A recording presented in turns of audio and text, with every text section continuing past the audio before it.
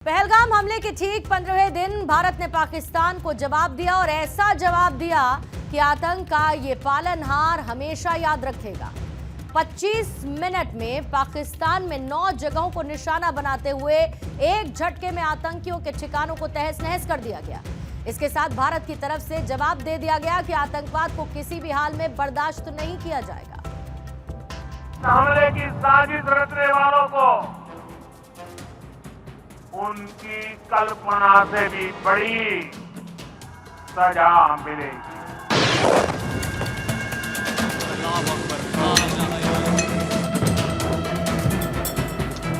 मस्जिद हसैन है सारी मस्जिद उड़ गई।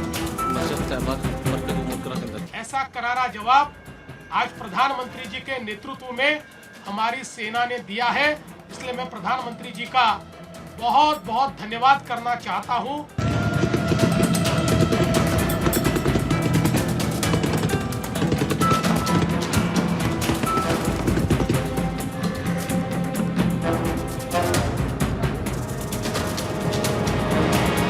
सेना को संपूर्ण संबल प्रदान करने के लिए अपने प्रधानमंत्री माननीय नरेंद्र मोदी जी को भी मैं साधुवाद देता हूं। तीनों सेनाओं के साथ ही देश के यशस्वी प्रधानमंत्री जी का हृदय से अभिनंदन।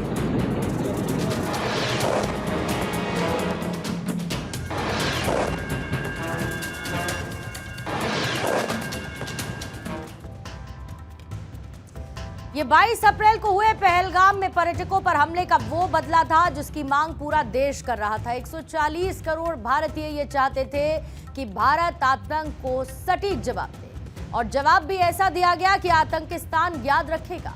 आतंकियों के घमंड को चूर चूर करने वाले इस ऑपरेशन सिंदूर के पीछे था प्रधानमंत्री नरेंद्र मोदी का संकल्प। 15 दिन पहले जब पाकिस्तान के पाले हुए आतंकियों ने पहलगाम में टूरिस्ट को निशाना बनाया, उसी पल प्रधानमंत्री ने संकल्प लिया कि आतंक को इस बार मुंहतोड़ जवाब दिया जाएगा। आपको याद होगा कि 24 अप्रैल को जब प्रधानमंत्री मोदी ने बिहार के मधुबनी का दौरा किया, उस वक्त भरी सभा में नरेंद्र मोदी ने यह संदेश दिया था कि आतंकियों को ऐसा जवाब मिलेगा जिसकी उन्होंने कल्पना भी नहीं की होगी। मैं बहुत स्पष्ट शब्दों में कहना चाहता हूं, जिन्होंने ये हमला किया है उन आतंकियों को और इस हमले की साजिश रचने वालों को उनकी कल्पना से भी बड़ी सजा मिलेगी। सजा मिलकर के रहेगी।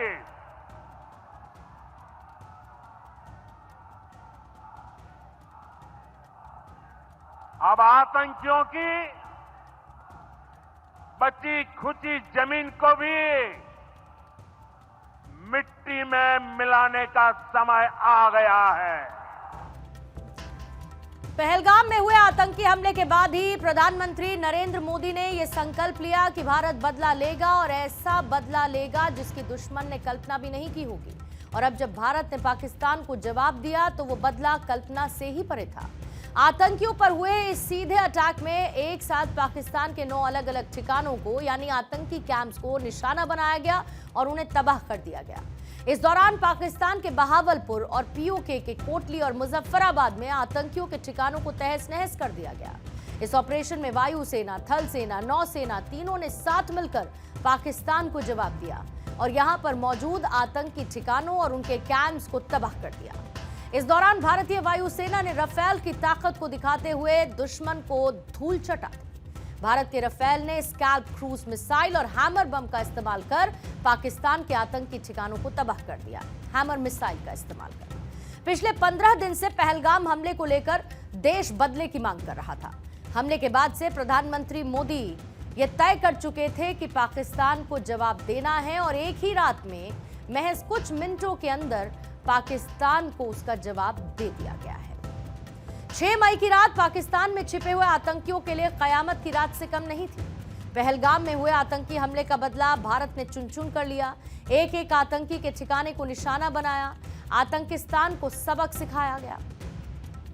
आतंकिस्तान पर हुए इस सबसे बड़े हमले की पटकथा पिछले 15 दिन से लिखी जा रही थी। 22 अप्रैल को जब पहलगाम में हमला हुआ, तभी प्रधानमंत्री मोदी ने यह कमिटमेंट कर लिया था और अपने कमिटमेंट पर खरे उतरते हुए पाकिस्तान को उसी तरीके का जवाब दिया गया। करीब 100 आतंकियों को एक बार में गिरा दिया गया। लेकिन सच तो यह है कि पिछले 15 दिन से भारत इस एक्शन की तैयारी कर रहा था और पल पल प्रधानमंत्री मोदी इस पर नजर बनाए हुए थे, हर एक मीटिंग का हिस्सा थे।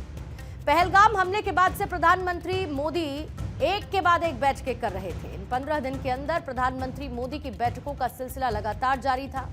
15 दिन के अंदर 2 CCS की बैठक की, एक CCPA हमले से पहले कैबिनेट की बैठक। ये वो हाई लेवल मीटिंग्स थी जिसमें पाकिस्तान को जवाब देने वाले ऑपरेशन सिंदूर की पूरी पटकथा तैयार की गई। लेकिन बीते 15 दिन से आतंकिस्तान की तबाही का पूरा प्लान तैयार था। एक के बाद एक लगातार प्रधानमंत्री मोदी की हो रही बैठकें इसका संकेत दे रही थी। 23 अप्रैल की सुबह सऊदी अरब से भारत पहुंचते ही एयरपोर्ट पर प्रधानमंत्री नरेंद्र मोदी ने NSA अजीत डोभाल, विदेश सचिव विक्रम मिश्री और विदेश मंत्री S जयशंकर के साथ बैठक की। 23 अप्रैल को प्रधानमंत्री के आवास पर CCS की बैठक हुई। 28 अप्रैल को रक्षा मंत्री राजनाथ सिंह ने प्रधानमंत्री से मुलाकात की और साथ ही chief of defence staff Anil Chauhan ने बैठक के अगले दिन भी की। फिर 29 अप्रैल को प्रधानमंत्री मोदी ने तीनों सेना प्रमुखों के साथ बैठक की, जिसमें सेना को फ्री हैंड दिया गया। 30 अप्रैल का दिन बहुत खास रहा क्योंकि इस दिन CCS की दूसरी बैठक, जिसमें CCP और केंद्रीय कैबिनेट की बैठक हुई। इन बैठकों के बाद 30 अप्रैल को ही PM मोदी, अमित शाह, राजनाथ सिंह की एक और बैठक हुई और फिर 30 तारीख को ही प्रधानमंत्री मोदी ने आर्मी चीफ से 1-to-1 मुलाकात की। 3 मई को प्रधानमंत्री मोदी ने नेवी चीफ के साथ मुलाकात की और अगले दिन 4 तारीख को PM मोदी ने एयरफोर्स चीफ से 1-to-1 बैठक की। 5 तारीख को रक्षा सचिव राजेश कुमार सिंह के साथ मीटिंग की और फिर 5 तारीख को साउथ ब्लॉक PMO में NSA के साथ PM की बैठक हुई। प्रधानमंत्री नरेंद्र मोदी ने अगले ही दिन फिर NSA के साथ बैठक की और इस बैठक के बाद 6 मई की रात भारत ने आतंकियों की पनाहगाह यानी पाकिस्तान में 9 ठिकानों को निशाना बनाया, पहलगाम हमले का बदला लिया। इन 15 दिनों तक भारत की तैयारी देख पाकिस्तान की नींद उड़ी हुई थी और फिर जब भारत ने आतंकियों को जवाब दिया तो आतंकिस्तान के भी होश उड़ गए। प्रधानमंत्री नरेंद्र मोदी जो कहते हैं वो करते हैं और ये बात आज सिर्फ आतंकिस्तान ही नहीं बल्कि पूरी दुनिया ने मान ली है। PM ने जैसा कहा था वैसा करके दिखाया और महज एक रात में आतंकियों को भारत ने ऐसा जवाब दिया कि वो हमेशा याद रखें।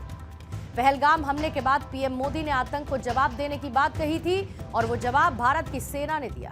भारत के शूरवीरों ने आतंकियों के ठिकानों को चुन चुन कर तबाह कर दिया।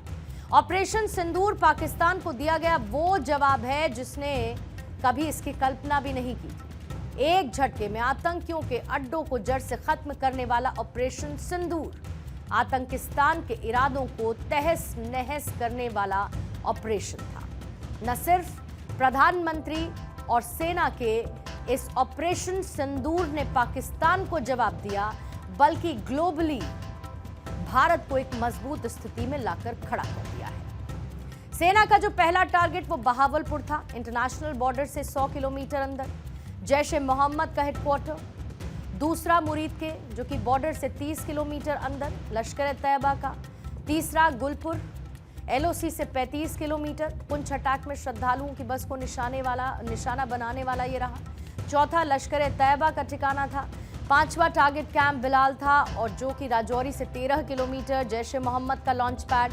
छठा टारगेट लश्कर-ए-तैयबा का कोटली कैंप LOC से 15 किलोमीटर दूर, जहां 50 आतंकी मौजूद थे। 7वां अटैक LOC से 10 किलोमीटर बरनाला कैंप। 8वां जैश-ए-मोहम्मद का सरजाल कैंप जो कि सांबा और कठुआ से 8 किलोमीटर दूर और 9वां मोहम्मद जोया इंटरनेशनल बॉर्डर से 15 किलोमीटर दूर सियालकोट के करीब हिजबुल मुजाहिदीन का ठिकाना। सेना ने एयर स्ट्राइक के 9.5 घंटे बाद सुबह 10:30 बजे प्रेस कॉन्फ्रेंस की, जहां पर आतंकियों पर लिए गए अब तक के सबसे कड़े एक्शन की डिटेल्स रखी गई। ये बताया गया कि 25 मिनट में 9 ठिकानों की पहचान कर उनको तबाह करने वाली भारतीय सेना ने जो कहा था वो करके दिखा दिया। इस कार्रवाई में 9 टेररिस्ट कैंप्स को टारगेट किया गया और पूरी तरह से इसे बर्बाद किया गया। पाकिस्तान में पिछले 3 दशकों से टेरर इंफ्रास्ट्रक्चर का निर्माण हो रहा है। इसमें recruitment, indoctrination centres, training areas व व लॉन्च पैड शामिल थे, जो पाकिस्तान और पाक अधिकृत जम्मू कश्मीर POJK दोनों में फैले हैं। तो ऑपरेशन सिंदूर के तहत पाकिस्तान में घुसकर आतंकी ठिकानों को भारत ने नेस्तनाबूद कर दिया। कई आतंकी कैंप्स और आतंकियों को ढेर कर दिया। भारत के हमले से बौखलाए पाकिस्तान ने कश्मीर की आम जनता को भी निशाना बनाया। पाकिस्तानी सेना ने पुंछ के रिहायशी इलाकों को टारगेट किया और पुंछ के बस स्टैंड पहुंचे हमारे PHH editor doctor Thaneshwar Sharma. Bharat ने जैसे ही पाकिस्तान के आतंकवादी ठिकानों पर हमला किया, उससे पाकिस्तान एकदम बौखला गया है। बौखलाहट में पाकिस्तान भारत का जो आबादी दे एरिया, जहां बहुत ज्यादा आबादी है, उसको टारगेट करके अटैक कर रहा है। मैं इस समय पुंछ के बस स्टैंड पर हूं। आप देख सकते हैं कि बस स्टैंड का ये वो एरिया है जहां पर पाकिस्तान ने बम गिराया। इस बम गिराने से जो खड्डा हो गया, आप देख सकते हैं कि कितना गहरा खड्डा हो गया। सारी सीमेंट की जो कंक्रीट की सड़क थी वो उखड़ गई है। और इससे आप देखिए, सामने मैं आपको दिखाना चाहूंगा कि जो बसें खड़ी थी इसके एरिया से लेके 25 से 30 फुट की दूरी पर, वो बसें बिल्कुल तहस नहस हो गई हैं। बस के शीशे टूट गए हैं और उसके साथ साथ बसों में आप देख सकते हैं कि कितने बड़े बड़े छेद हो गए हैं। ये छेद इतने बड़े हैं कि क्योंकि बस की जो चद्दर होती है, ये चद्दर 18 से 18 गेज के आसपास की होती है ताकि बस में मजबूती रहे। आप देख सकते हैं कि कितना बड़ा छेद हो गया। ये देखिए, ये चद्दर कितनी मजबूत है, ये अंदर तक इसके छेद हुए। ये देखिए, ये वो छेद है जो पाकिस्तान द्वारा गिराए गए बम के छर्रे लगने से ये सारे छेद हुए हैं। अब ये देखिए, बस के टायर खरकंडम हो चुके हैं और ये इतने बड़े बड़े छेद हो चुके हैं। ये आबादी देत एरिया था, लेकिन इस समय यहां आपको इक्का दुक्का बंदा भी नजर नहीं आएगा। पूंछ के सभी लोग डरे हुए हैं और वो अपने अपने घरों में सहमे हुए हैं, लेकिन लोगों में उत्साह इस बात का है कि पाकिस्तान की ईंट से ईंट बजा देंगे। पाकिस्तान से जो बार बार का तमाशा कर रखा है, उस तमाशे को अब खत्म करने का वक्त आ गया है। क्योंकि जिस तरीके से पाकिस्तान एक के बाद एक आतंकी हमले करवाता है इंडिया में, उसकी आर पार की लड़ाई हो जानी चाहिए।